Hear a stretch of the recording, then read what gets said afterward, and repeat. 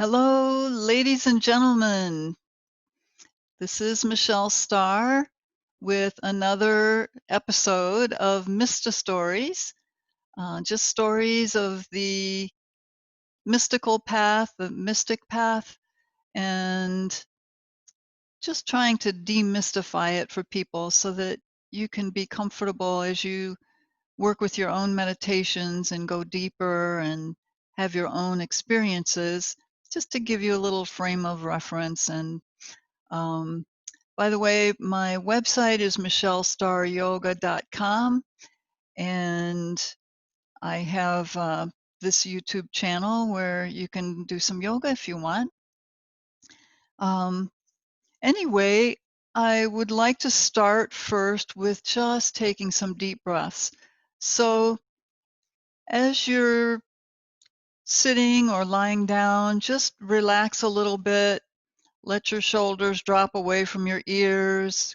If you want, you can close your eyes and just focus on your breath. Feel your breath happening. Just connect with it. And we'll take in 3 deep breaths and see if you can make the exhale double the length of your inhale. You can count if you want. Inhale to 4, exhale to 8. The exhale is the relaxation part of the breath, so we want to make it longer to enhance relaxation. So just take in your deep breath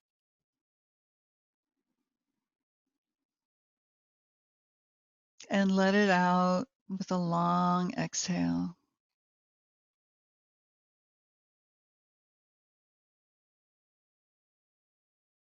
And 2 more at your own pace.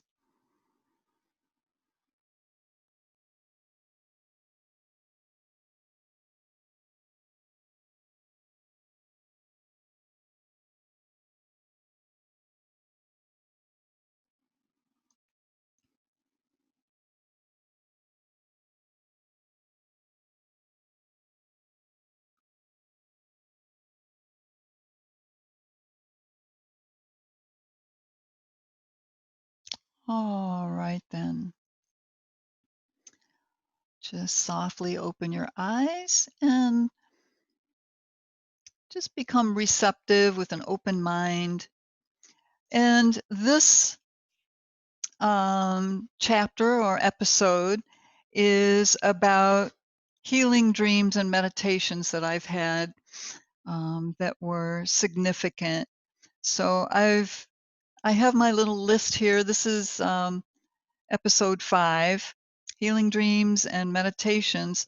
And I'm going to start with one where um, I was living in my house and I had a roommate who was very spiritual and did channeling and meditation. And um, I was talking with her and asked, I feel afraid a lot of the time. I feel fear. I had become aware of that. And I grew up with very, very low self-esteem. So I used to joke about being minus on the Richter scale of self-esteem. So I I asked her what she thought about why I was so afraid. And she said, well, the next time you do your yoga practice, at the end, sit in meditation and use your imagination to imagine the biggest, ugliest, slimiest, awkward monster that I could envision. And she said, once I had it in view, imagine it behind me and ask it to come around to the front where I could see it. And then she said, imagine giving it a hug embracing it and sending it love. I thought, well, okay. So I did yoga regularly, so I was in the basement. I had a yoga room there too. And I did my yoga practice and shavasana, which is the relaxation at the end. And then I sat in meditation and I imagined this creature behind me, and I made it as black and slimy and awkward, like huge, and then asked it to come around in front of me. And it did. It came around to the right and came in front of me. And I just sent it love as though I was hugging it. And all of a sudden, I mean, I could see this creature in my third eye in the meditation. So what happened next was surprising. The next thing I saw was a little girl sitting in the corner of the basement in fetal position like this, and she was just shaking, just terrified. She was a little girl. So that didn't tell me why I was so afraid, but it tapped me into the inner child who was terrified. Um, it was kind of a dark childhood. There was alcohol in the family, and it just was pretty dark. So um,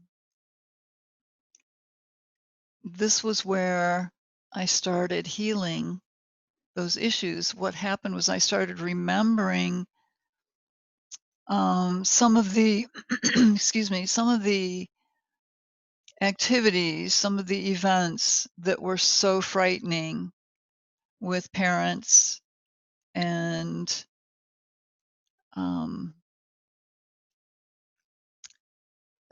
sometimes it was abusive in the family. Okay, so that was where I started remembering why I was so afraid and what happened. So that's like reclaiming memories and um, uh, pain, just stored pain, and I started releasing it.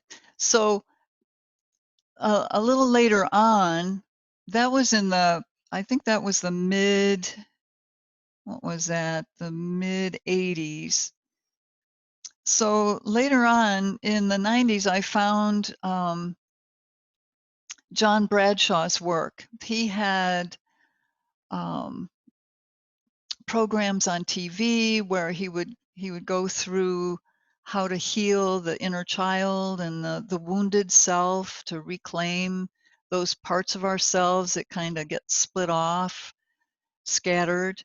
So I had worked with his book called Homecoming, and I actually have one of his books here. I don't have Homecoming anymore. Uh, I've purged my books. I eat books, so my libraries just get too big, so I have to get rid of some of them. But I did keep this one. This is John Bradshaw, Family Secrets: What You Don't Know Can Hurt You. So John Bradshaw was considered a pop psychologist, which I don't care what they labeled him, his material really worked. So I will put his name and uh, the names of these books in the description in the YouTube video once I load it on. So one of the things he recommended to reclaim these parts of the self, he would take like ages, like 1 to 3, 4 to 6, or different ages, which are significant, and certain stages of development happen then. So I was working with the 3-year-old. I was in the place in the book where I was working with the 3-year-old child. And he said to tell, sit down in meditation and picture your 3-year-old's child, little Michelle, and ask her to go get what she wants to bring with her because she was going to be coming with me. She's coming home with me. So I was sitting in a rocking chair. It was my favorite wicker rocking chair, and I could see her clearly. And I asked her, okay, now little Michelle, go bring the things that you want to bring with you because you're going to come with me and be with me from now on. So she left and she came back and she had my twin brother with her, which was shocking because it's something I never would have anticipated and it wasn't covered in the book. And she also brought our dog. We had a miniature Doxies in our childhood, and we loved our dog. So she brought Heidi along with her. So I said, well, okay, um, little Bud can come too, but eventually little Bud's going to have to go with Big Bud, and you'll have to let him go at that time. So she came with me, and I meditated, and I could feel like she was with me. So it was really awesome. I could see her clearly. She's just a cute little thing. And that was little Michelle and my little brother. Uh, we were born like 3 to 4 minutes apart, and he was only 4 pounds when he was born, so he was in an incubator for a while. But we we were inseparable. Uh, Played together. I walked before he did because girls usually develop a little more quickly than the boys. And I walked at 8 months, where he was 12 months. And I used to step on his fingers accidentally. And my mother told me that I would bend down. It would make him cry because it would hurt when I'd step on him. And she said I would bend down and say, "It's okay, buddy. It's all right. You're all right." I would mother him at 3, 4 years. Well, no, 8 months, 9 months. So um, having a twin was pretty cool. Anyway, those are um, the child, and then the next one is a healing dream. I'm going to tell you about, and then I have a couple of fun things to share with you. So I was living in my house. I had bought a house, and I was living there, and still had my roommate there.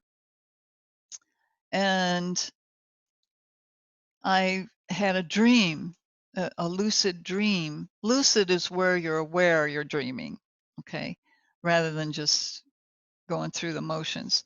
So in this dream, I was walking in the woods. It was the dark woods, so it was thick, but it was daytime. And I had a sheet of paper like this, 8.5 by 11, just white sheet of paper. I had it in my hands as I was walking in the woods.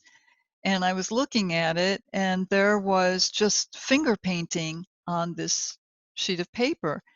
And I was just totally disgusted because it was so unsophisticated. And I was in the dream, at the age I was having the dream, and in the dream, I was 40 years old. And I was just disgusted with myself because that's all I could do was like a child's finger painting. So I crumpled the paper up and I threw it down. Now, being a lucid dream, I gasped. The observer part of me gasped because I did not litter ever. I'm very environmentally conscious about those things as much as I can possibly manage. And I couldn't believe that I threw this balled up paper on the ground. Well, it landed near the tap roots of a tree. Now, this tree was very gnarly and witchy looking. It was very dark and it wasn't scary. It's just the way it looked. Okay.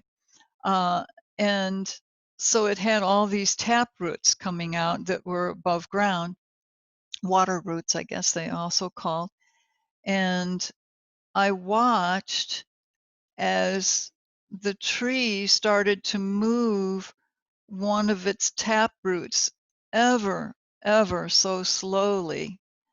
Now, in a dream, you know it's slow, but it can go faster even though you know it's supposed to be slow because trees don't move. They're roots, right? Not like that, not that we would see. So the tree reached for that balled up paper and it cupped it a little bit and it pulled it in towards itself, closer to the base of the tree. And it conveyed to me, it was telepathic, it's a dream, right? It conveyed to me that it would guard and protect my creativity until I was ready to accept it.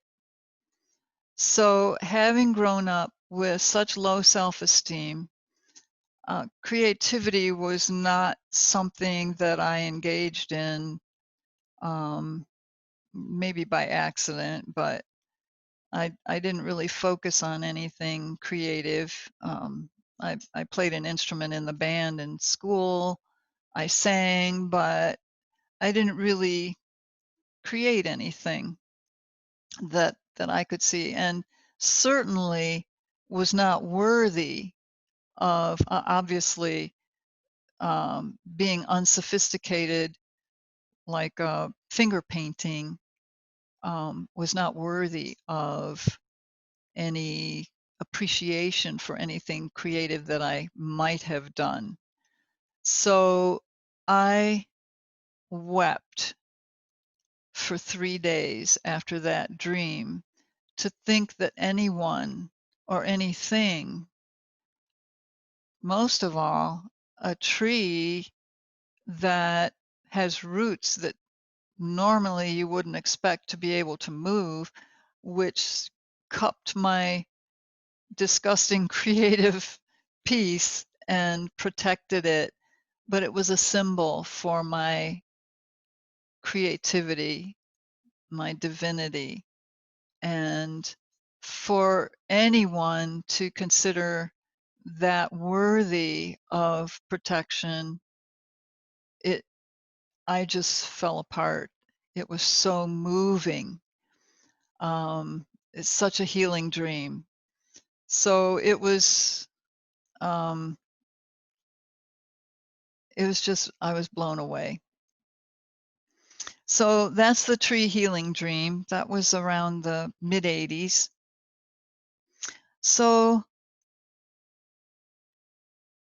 after that, it was also in, I think, the mid 80s. I had some friends and we used to do things together. Obviously, that's what friends do, right? But there was a weekend that all my friends were busy and I was feeling sorry for myself. It was a Saturday night. I didn't have anybody around to do something with. So I decided to practice some yoga, which I did. And I used to practice for hours. I remember practicing maybe 5 hours. I get up in the middle of the night and practice for 5 or 6 hours. And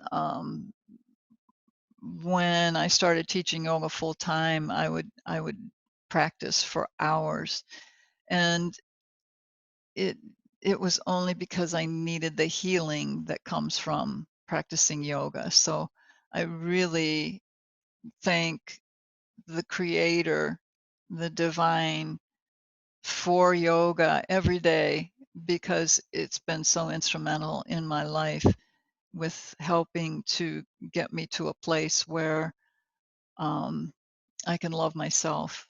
That's where it starts, right? And then we can love others. So now I do my service work with teaching and sharing with people. So anyway, I was feeling sorry for myself, and I did yoga for I don't know how long, probably a couple hours. And I laid in Shavasana, at the end of every class, if you're not familiar with yoga, you lie on your back, your arms are outstretched with palms up. It's receptive to relaxation energy and letting go. And you just completely relax and let go because that's when transformation really happens is after you've done your yoga, you've loosened all the dross and the ego stuff and tension and toxins. You loosen all of that and then it just releases out of you, and you allow a reconnection with deeper parts of yourself, with the peaceful center that everybody has within them. You look at the world today and you kind of wonder about that, right? But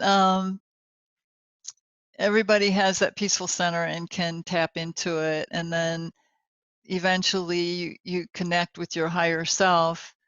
And I talked about that in one of the previous videos. And then you connect with the source, you align with it, and you actually have communication with the source. So it's amazing, and it's such a journey and so empowering. Okay. So what happened next after I had laid in Shavasana for a while, it was, I think around 10 o'clock, and I thought, well, I might as well get up and go to bed. So I did. I went to bed and I just said to myself, I'm going to lie here in Shavasana in bed until I fall asleep. And oh, by the way, I need comforting. So boom, went fast asleep. But in the middle of the night, I woke up and the room was aglow with golden energy, the whole room. And I'm still lying in Shavasana, and I feel someone holding my right hand. And I looked over, and there was an apparition sitting next to me. It was a woman. She looked like a grandmotherly type. She had her hair up in a bun, and it looked like it was gray. She was a white apparition, but you could tell her hair was gray, and she had kind of a Mona Lisa smile on her face. Her eyes were closed, and she was not holding my hand. I mean, the vision of her, her hands, if I remember right, they were just on her lap. And I could see her dress. She had little flowers on it, and it was a dark colored dress with light flowers. So I was like, well, who is this?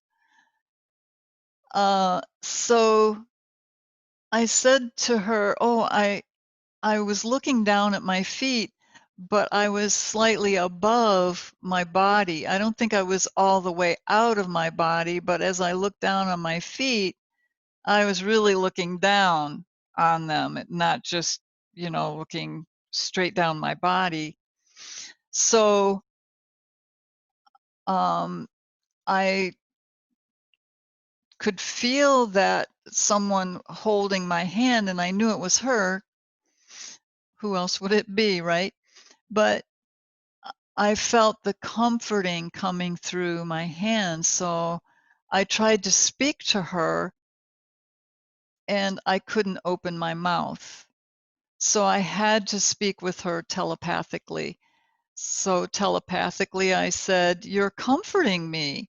And at that moment, there was energy at my feet, just really strong, tingling energy. And it came up my ankles, up my calves and shins, up my knees. And by the time it got to my knees, it just went whoosh all the way up my body. And it felt really good.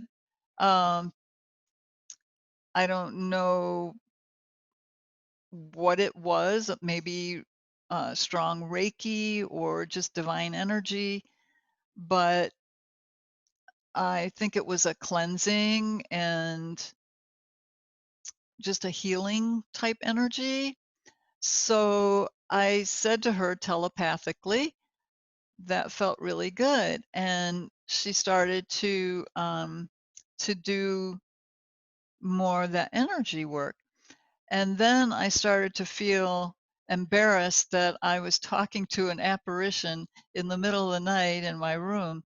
So I just turned over on my side away from her and said, "I'm going to go to sleep now." And that was it. And then the next day, I remembered that experience and I thought, wow, I could have asked her a lot of questions. I could have gotten some answers, but I didn't think of it at the time. But then I had, it was a Saturday and I played racquetball with a friend pretty much every Saturday. We'd play for a couple hours. I was very athletic and um, played a lot of racquetball and ran and jogging, that is, and tennis and all that. So we had a racquetball date scheduled and I met my friend and we started playing. And I was still so relaxed from that experience that as we played racquetball, I couldn't do anything wrong. Every every move I made, I could hear guidance telling me, "Okay, stand here, hit the ball there, return the ball there." It was amazing. I just had guidance the whole time. And I won every game because I was so relaxed and could hear guidance. So later on, we had lunch afterwards, which was part of our routine on Saturday. And then I went back home, and then I started to think about that apparition again, and I started to feel afraid because then my thinking mind came in, the egoic self and the fear. And I started thinking, well, if this apparition was next to me and I didn't know other than waking up and seeing her, then someone else or something else could be around that might hurt me. So I became very afraid. And then I started meditating more and I prayed um, pretty regularly. And I started to overcome the fear, especially having that experience with the little girl and the monster where I had the monster come around to the front.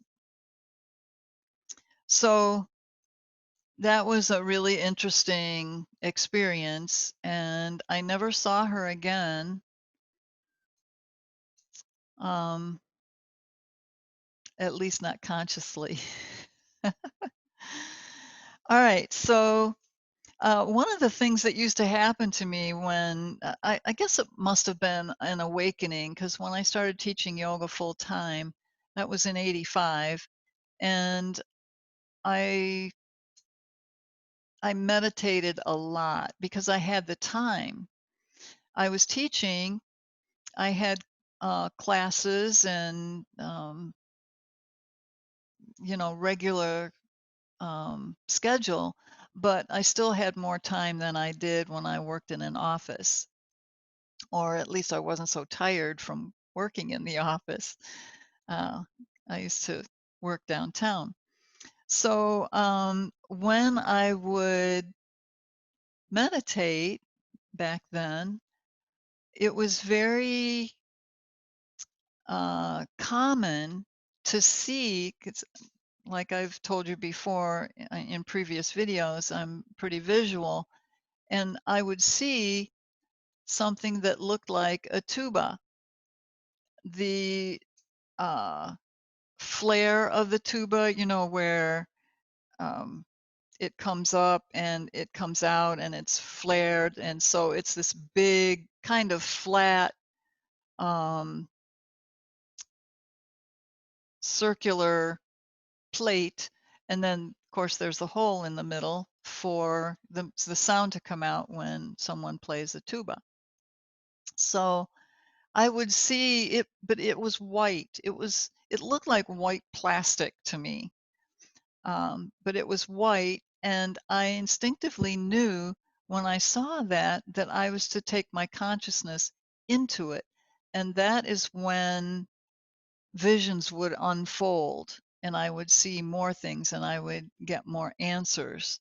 So it was really interesting that because when we see these things, our guides give them to us, they guide us on this path. So um, it's not anything I was doing, I was receiving. And then I think what that did was it got me focused into whatever they wanted to show me. So it was pretty interesting. And then I think this is the last story I have. This was a little bit later on, and well, it's before I had my house, but I was in an apartment, and I had a private student that would come to the apartment, a young woman, and she came every week, and she came one time and she said, my mom has MS, she's in a wheelchair, and I wonder if some yoga would help her. And I said, well, we can certainly try it and see how it works for her.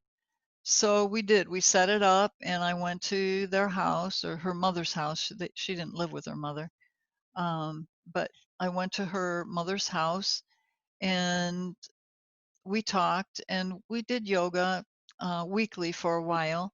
And then I remember arriving in this one instance, and this woman said, "Oh, I just didn't get any sleep last night." And I said, "You didn't? Are you doing relaxation before you go to bed?" And she said, "Yeah, but my husband keeps coming during the night." Her husband had passed away. So I said, "Oh, well, maybe he just needs to go into the light." And she says, "Well, I don't know how to do that." And I said, "Well, I can help you. Um, we can do a meditation on that." So we didn't do it that day, but the next time when I came back, um, we planned to do this meditation. And she actually laid on the couch, and I sat next to her and I guided her down into relaxation. And then I could see her husband. He was tall and slender, and it looked like he was wearing like a brownish beige suit. And I I could see now sometimes when I'm in meditation, I have my eyes closed and I can see the visions with my eyes closed. But this day, I was sitting opposite a blank wall. There was nothing on it, no pictures or anything. So I was just kind of focused, gazing at that wall. And I started to see him, and then I could see this, like a garden. There was a bench, and there were flowers around, and a path, and trees. It was really beautiful. And so I told her, I said, "Well, he's in the garden here, so why don't you join him and just sit and talk with him for a while?" So he was sitting on the bench, and she joined him, and they talked for a while. And then, kind of like some of the movies you might see, like Touched by an Angel, I saw a shaft of light coming in through the trees, and it was beyond where they were sitting, but it was still in the woods there. So I said, "Well, I think it's time for you to come back and relax on the couch, and it's time for him to move on now." So he stood up and he walked over to that, it's like a big shaft of light, and he started walking, and it was like he was going upstairs, this shaft going up, and he was walking up the shaft. And then he was gone. I'm getting chills just talking about it. He was gone, and it was so beautiful, and I was so moved. I was in tears because he was so sweet, just a precious man, and he seemed so kind to her, and it was the last time they would see each other, at least from this plane. So I brought her back from her relaxation and um, brought her back to this dimension, the physical dimension, and we started talking. And she says, "Well, I'm glad that's done. He won't bother me anymore at night." So I was kind of shocked by that because he was such a sweet man. But come to find out, he married her. He loved her, but he married her.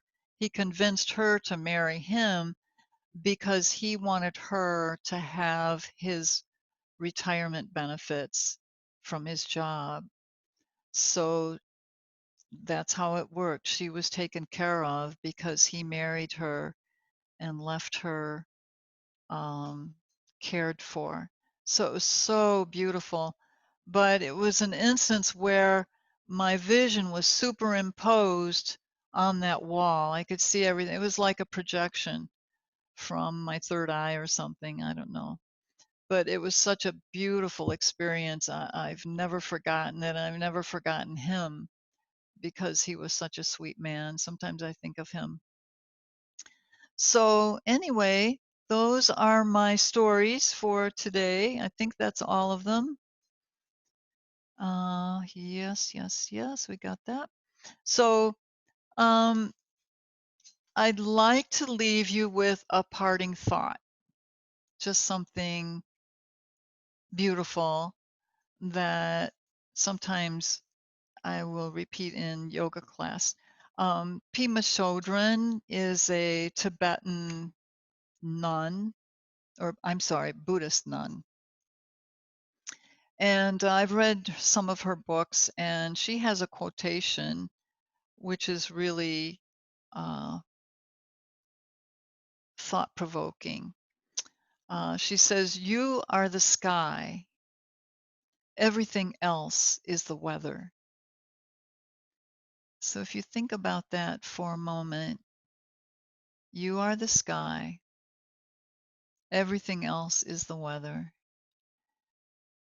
If you let that settle into your heart, you'll find that it can bring you comfort. And I'll leave you with that to experience it for yourself, okay?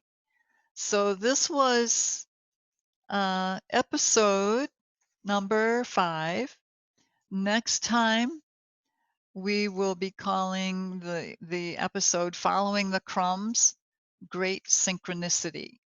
So I have some stories that this one is really a couple of amazing stories. So I will leave you with that. Thank you for being here and letting me share my stories with you. I hope they bring insight and comfort to you. And again, if you want to contact me for yoga, for a tarot consultation or numerology, I'll leave my website and my email in the description. So be well. Namaste, everybody.